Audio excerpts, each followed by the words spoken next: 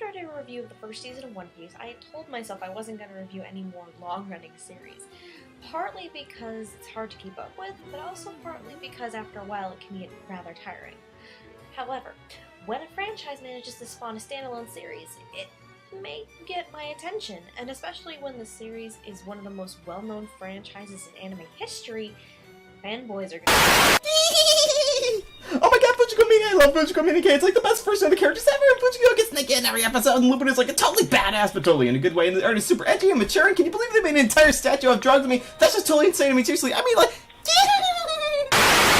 Oh good god, will you shut up already?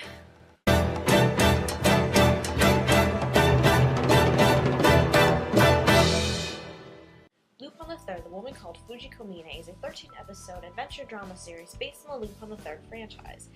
It is directed by Sayo Yamamoto and is from TMS Entertainment for the spring 2012 season. As of this review, it is licensed in America by Funimation Entertainment, in the UK by Manga Entertainment, and in Australia by Hanabi. She's a thief, a killer, a saint, and a scandal. She's whatever you need her to be to get the job done. After sizing you up with one sinful glance, she disarms you with a touch. You're powerless to resist. She's walking seduction with an insatiable itch for the priceless and a fetish for mischief. She takes your breath away to get what she wants. She takes everything else just because she can.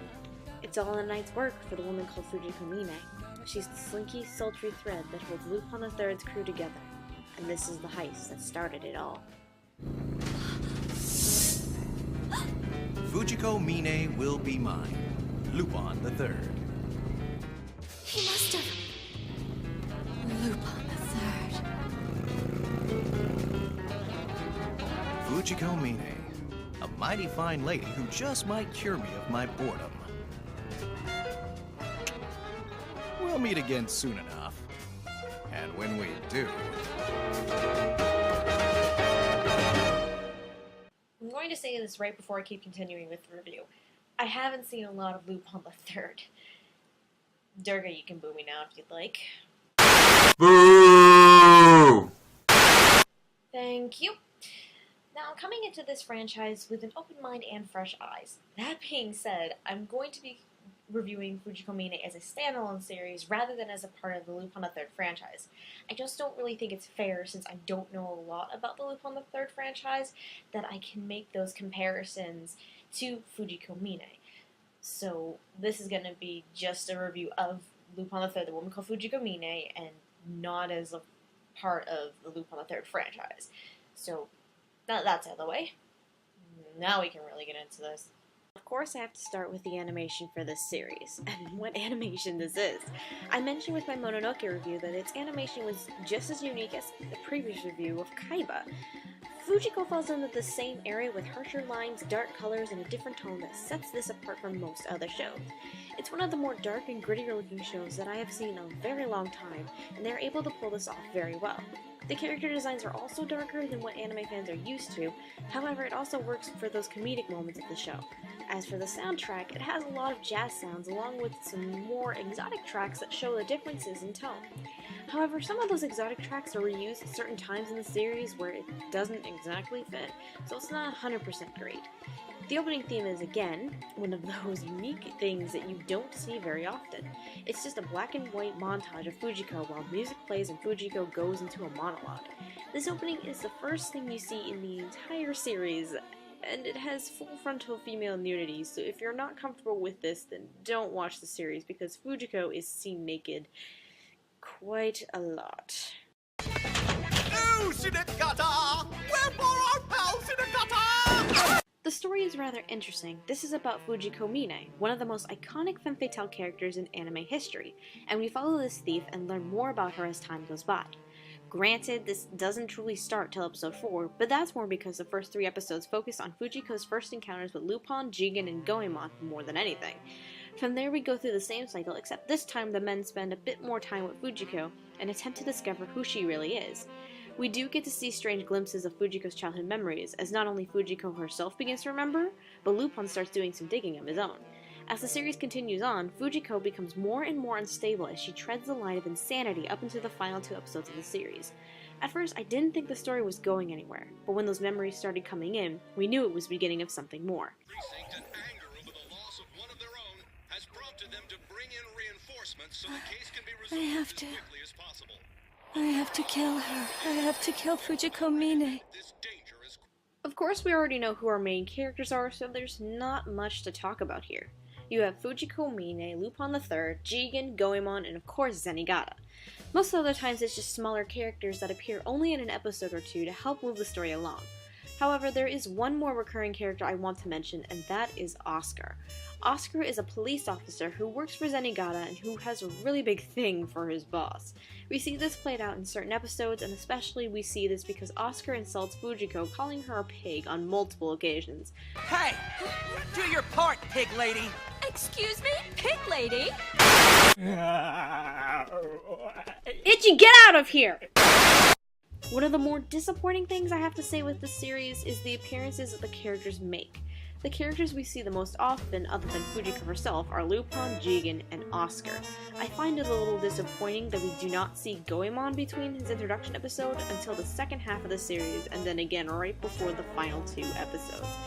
Goemon was a really fun character to me, and I would have loved to have seen more of him in the series. This is just a minor problem I have, but nothing too earth-shattering. Who are you exactly? Oh,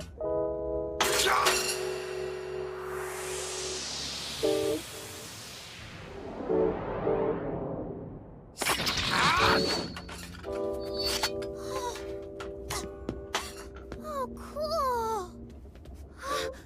It's a bunny! Best not to look. Once more, I have cut a worthless object. The dub is extremely fun to listen to. This dub was actually recorded in Christopher Sabat's own little studio, Otaku 5000, so it's very nice to see a voice actor invested in projects that they are really passionate about. Speaking of Sabat, his portrayal as Gunslinger Jigen is right in line with his previous works. However, it's certainly one of the more mature roles, as Jigen does have an interesting past we see played out in his introduction episode.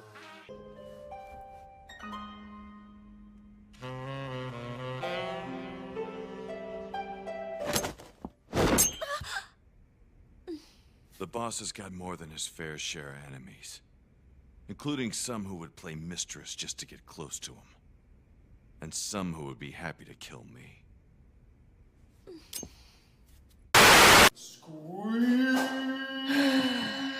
Seriously? Heading back to the top of the list, there's Sunny Straight's return as our master thief, Lupin III. I'm at least aware of the franchise enough to know what kind of character Lupin typically is, so it's nice to see Straight keep up with it. But it's also nice to see him play the more gritty psychological parts that are required in the series.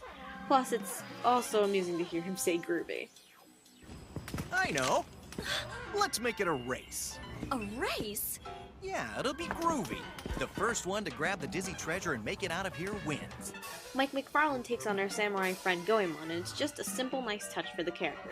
Richard Epcar, a former voice actor of Jigen, takes on the role of Zenigata, and it was so much fun to listen to. 'Tis 'cause the very blood in my veins cries out to stamp out the entire line of Lupin. Then there's Oscar, played by Josh Greeley, who also gave us Kuronosuke from Princess Jellyfish. I can tell this role was easy to pull off for Greeley, which made the character more enjoyable to listen to. As for minor characters, we hear work from Monica Rial, Brina Palencia, Caitlin Glass, and Stephanie Young, just to name a few. Also, I'm gonna go over into a little corner while I listen to J. Michael Tatum have a Spanish accent. Dance with me, princesa. Now, the biggest character I have to talk about is, of course, Michelle Ruff's performance as our femme fatale Fujiko Mine. Now, this took me a little time to get into, mostly because I've never heard a lot of her work nowadays, and the only role I still remember her for is Rukia from Bleach. As Fujiko, she does make for a good seductress, which is one of Fujiko's major talents as a thief. But when she has to play the serious role and walk the fine line of insanity, then she does this rather well, making Fujiko well-rounded overall. She also has a good balance with Straight, Sabat, and McFarlane, as she handles each character in a different manner and each relationship in an interesting way. So Ruff gets major props for carrying this series. That's right, Fujiko. You're mine now. It's just gonna be you and me. Forever.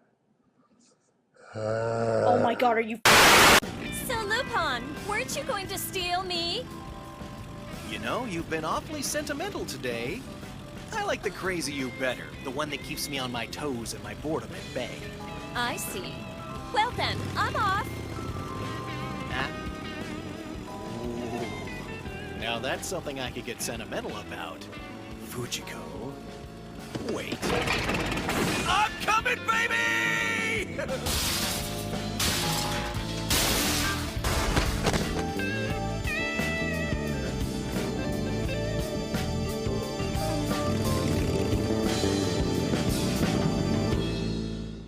By the end of the heist, Lupin III, the woman called Fujiko Mine, is a very wonderful story about one of the most iconic femme fatale characters in the anime world.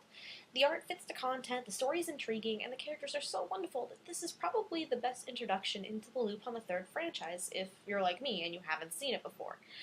This series is an instant classic, and I can't recommend it thoroughly enough. In fact, I think I'm gonna go watch some more Lupin series. If I can, get out of my chair first. Next time, we're going to be looking into more of the recent shows.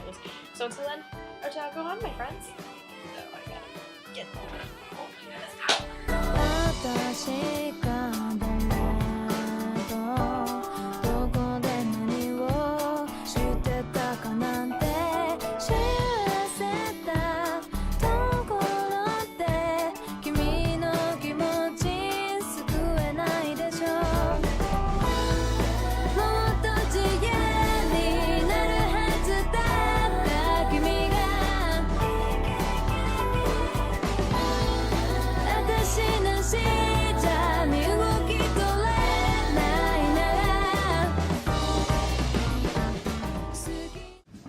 Once more, I have cut a worthless object.